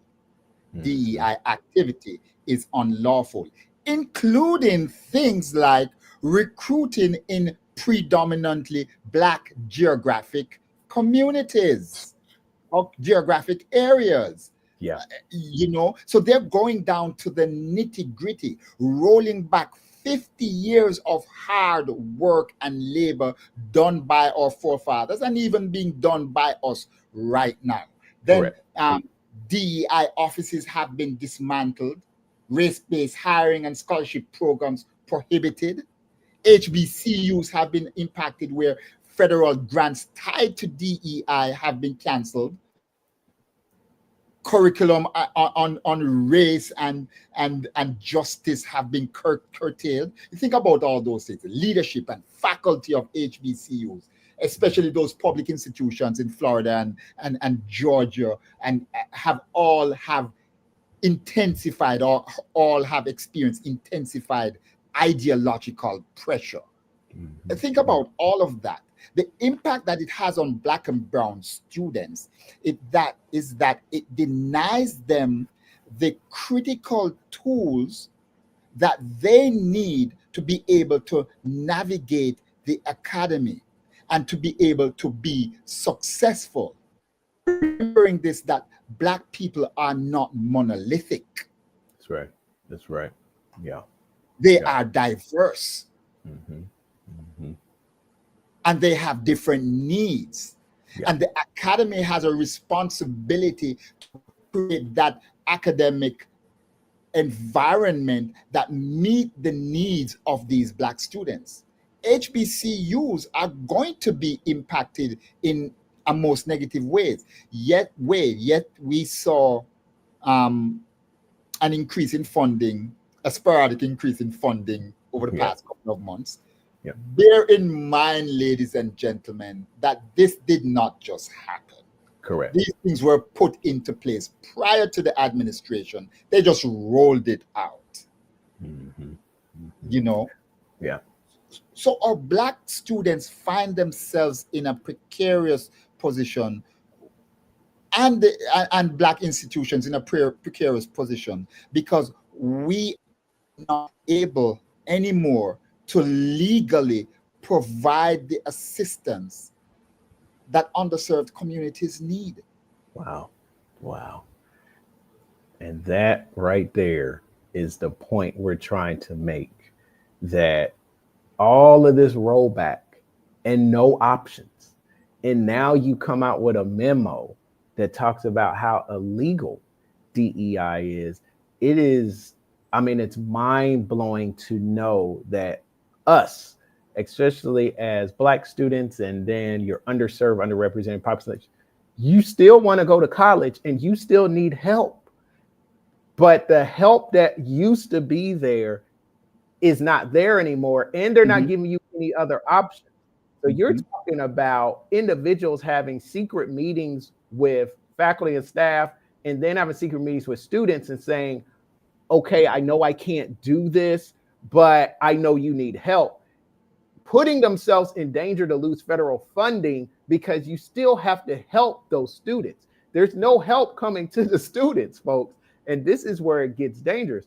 So, Dr. Richards, when we look at the bottom line of where should we be going, if you could be the man, which you are the man, and say, this is what we should be doing instead of all of this rolling back, and how can we best support these students? How can we best support these institutions? What can we do, especially as community members, individuals that are Black and individuals that have been through the fire of education and want to see more individuals get their education? What can we do to support the next generation of students as they're coming through to trying to get their college degree? Absolutely. I think one of the first things that we have to start working on is our messaging. There has been a consistent attack on the viability and credibility of higher education. Is the big question on many persons' lips is higher education viable? Is it needed? What's the sense of being educated? A university degree is no longer valuable. Wow. These are the statements and the questions that are being asked. Correct. And I think it's important for us to begin to remessage, to good. bring out the benefit of higher education, to ensure that our message crowds out the negative message. Our message that higher education undergirds the development of the American society needs to be louder than the message that higher education is not good enough for the American society. Our message, brown people need to be educated and should be educated, needs to be louder than the message that we need to defund the education of Black and brown people. Our message of DEI and its benefits on wider society. As you know, Doc, DEI, companies that have engaged a robust DEI policy have seen their profits soar versus companies that do not engage DEI policy. And this is not something that the doc is talking off the top of his head. This is researched back. It's research. That's right. Institutions that engage a robust DEI policy see enrollment increase, student success improve over institutions that do not do that. In fact, and I know I'm saying a lot because there's a lot to be said on this topic. Correct. In fact, institutions that support diversity of instructors and professors, that support them by just word of mouth, but by action. That's right. Have found that student achievement has improved and increased. That's right. That's right.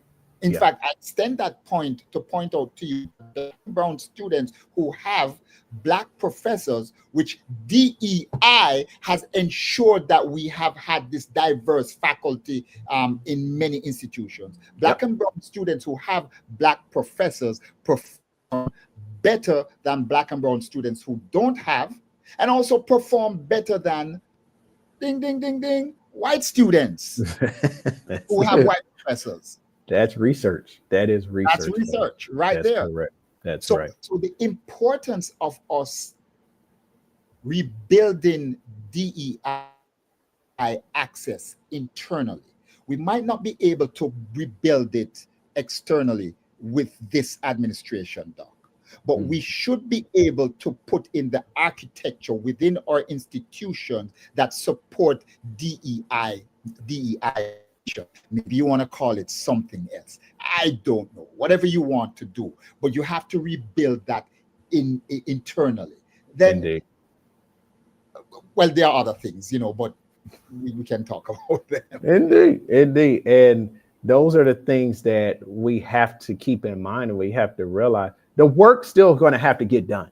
It still has to get done. You're still going to have those underrepresented, those students of color there, and the work still has to get done. This is why we love Doctorthon, folks, because we get live questions, and we have a live question for you, Dr. Richards. How can we use what is happening to reflect inwardly for community empowerment?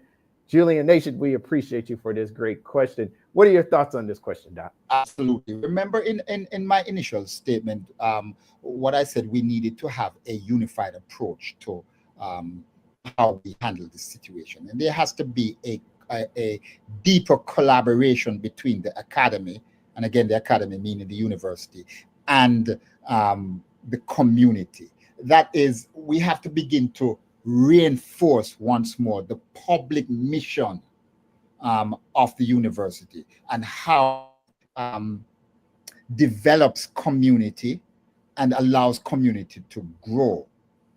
More importantly, I think we have to refocus on workforce training, things like micro credentials. You have a degree that takes you 4 years, an undergraduate degree that takes you 4 years, or a master's that might take you 2 or 3 years.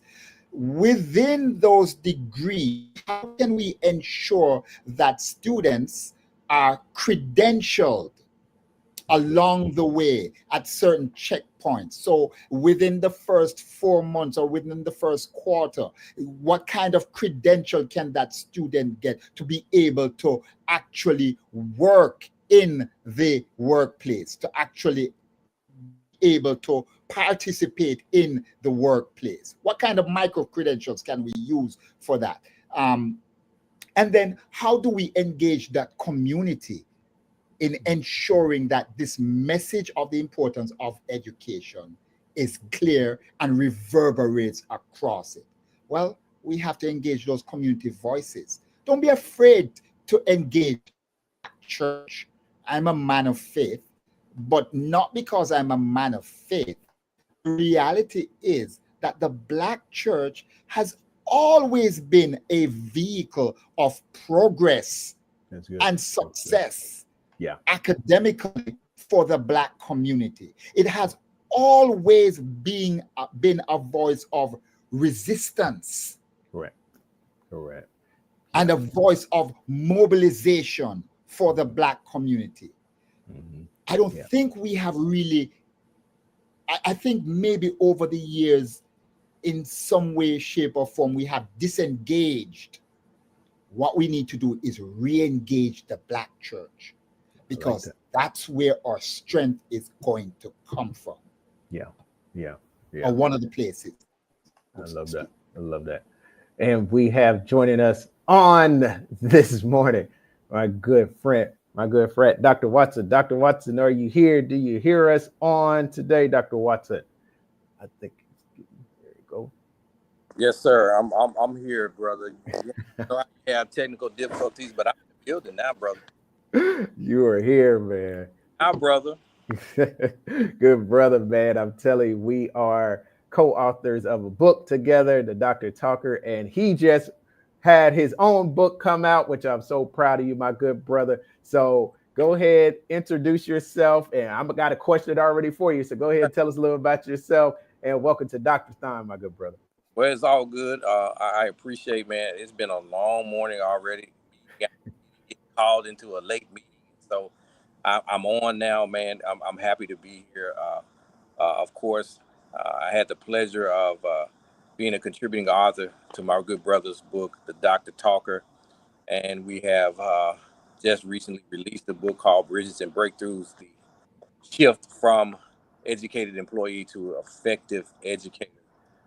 Coming straight out of Memphis, Tennessee, high school principal, university, one of the greatest institutions in the land. And we're just thankful to be here this morning to share a little bit. And you got a question for me already. Yes, sir.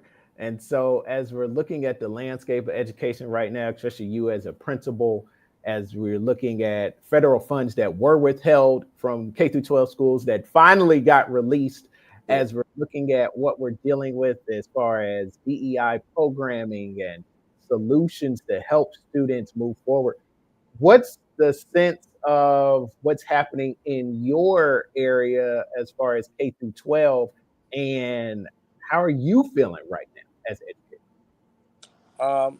Well, I'm feeling cautious, and we're moving in that way, but I'm also optimistic in the fact that you have enough intelligent people around to make the right decisions to make sure that our kids get the appropriate resources and things that they need to be successful across the board.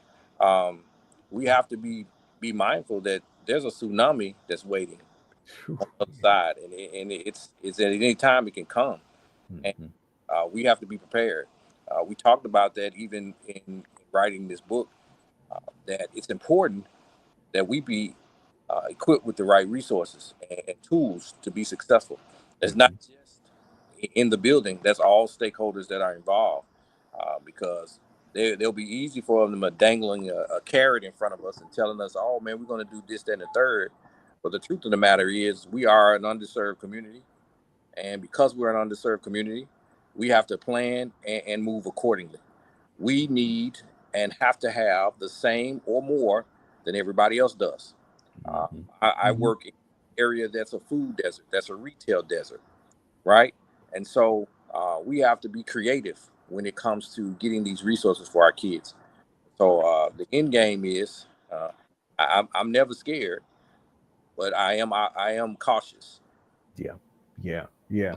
And so as we're looking at next steps, especially as you prepare to go into the school year, as I know you are, what are you telling your faculty and staff as far as how they're teaching and how they should teach? And what are you making sure that they get message to your students as we go through all these changes? Well, one of the things that we do here, our mantra at the school is we believe. This year, I told them that we have to now achieve the belief, and what the shift is that we need to make sure that we're well versed across the board. Don't just be in the classroom teaching the content. Know the content so well that you can teach without even looking at the book.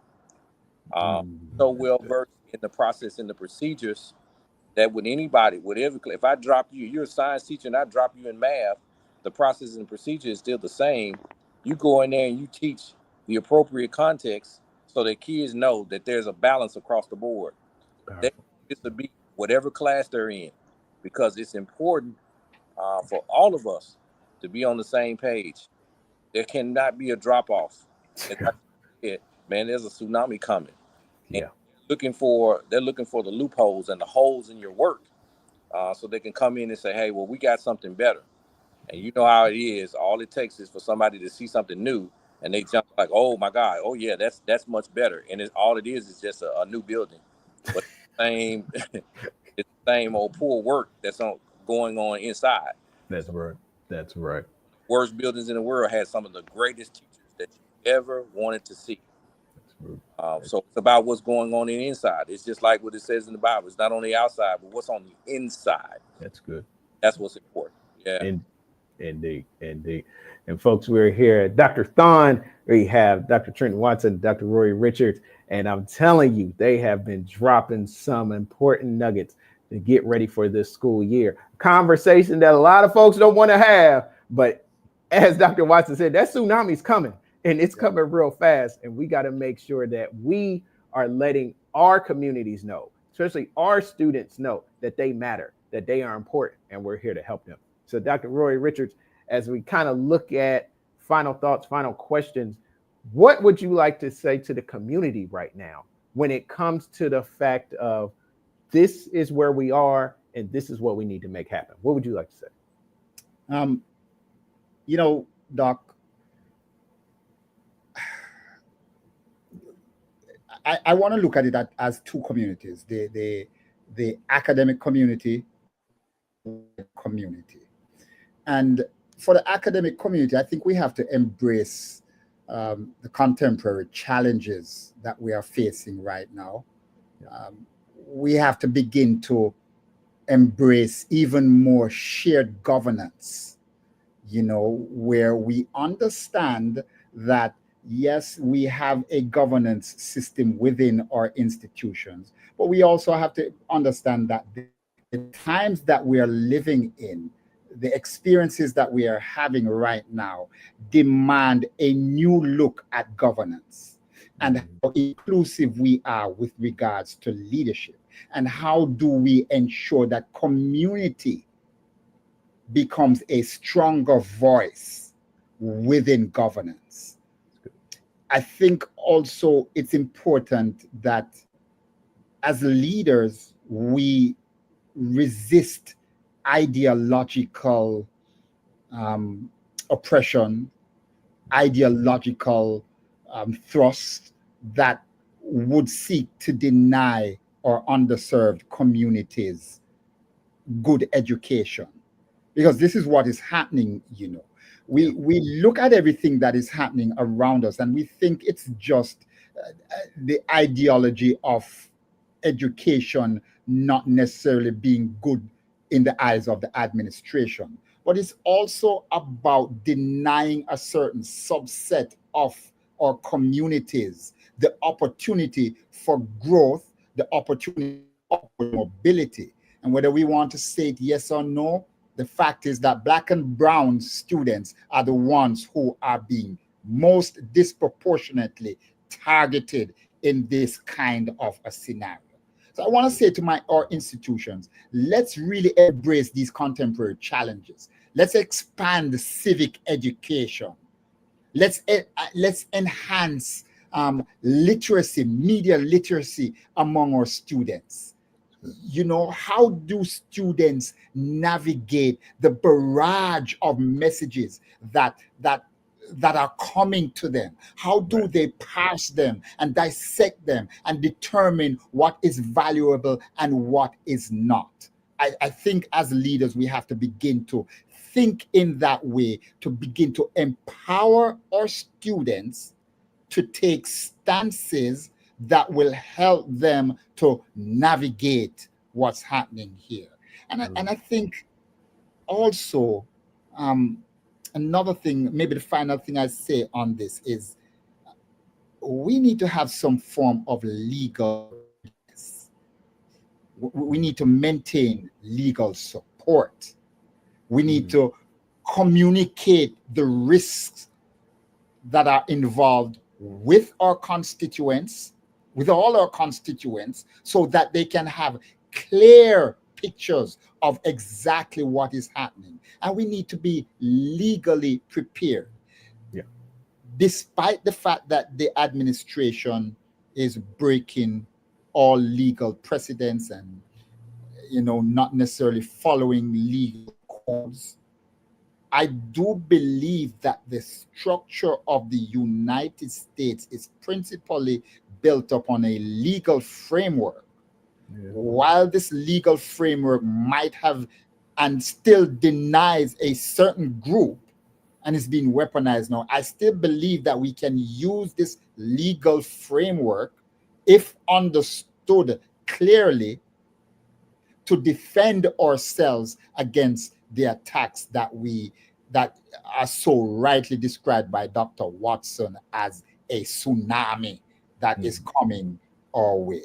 We have to have the legal fortitude to defend our right, the right of Black and brown people, the right of the population of the United States, the right of the international community to have full and free access to education in this country. We appreciate that. That is Dr. Roy Rogers here, folks. You make sure you find him on LinkedIn and connect with him because he is doing great work, and we appreciate you, Doc. We appreciate you. Let me make sure I pull this up here so folks know, as we have my good brother, Dr. Trenton Watson here. This is his book. Make sure you go get that. Dr. Watson, we appreciate you and appreciate this work. I have my copy. I can't wait to dive into it. And we want folks to know that you are the bridge. You are the breakthrough. And because of you, education moves forward. I love that right there. Absolutely love that. So, Doc, kind of as we wrap up here, kind of tell us your final thoughts when you think about solutions as our students go back to school, our faculty and staff goes back to school. What do you want to tell the nation? What do you want to tell the world of what they should do in this era of education right now? One of the things that is most important is that the accountability shift that we have seen in the last 20 years needs to go back to where it belongs. We have put so much accountability on the schools and taken so much accountability away from the students and the parents and the stakeholders being involved. We need all the supports to be where they're supposed to be. That's important because this educational system that we're in doesn't move forward if everyone is not on the same page about making sure that our children are progressively moving forward. Yeah, we just coming to school for our students to be babysat all day that's not the answer. That's not the game. Because our kids are losing. I was in a conference not too long ago, and I met with some college presidents, and their statement to me was, what are we going to do about all of these students that are coming to us that are supposedly, quote unquote, high level students, but are not able or capable to maintain when they get on a college campus? They're not ready. They're not prepared. You think about it, a kid that is a valedictorian but makes a 16 on the ACT, that doesn't correlate. Why aren't these kids more prepared to be college ready when they leave high school? Mm. It is a question that we must answer. And a part of that is making sure that we're shifting the narrative back where accountability is where it's supposed to be. I like This that. is important because at the end of the day, one of these days we're going to have to sit down and the young people have to take over. I don't think anybody on this call wants to work until they're 80 or 90 years old because they're afraid to pass the torch.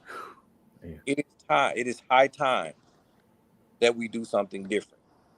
I understand what's happening, but we are the ones that are responsible for making sure that these kids get what they need. That's, come on, we got, and I tell my educators all the time, your job is not to just spew out information. Your job is to inspire kids to be the best that they can be. That's your job. Love that. We love that.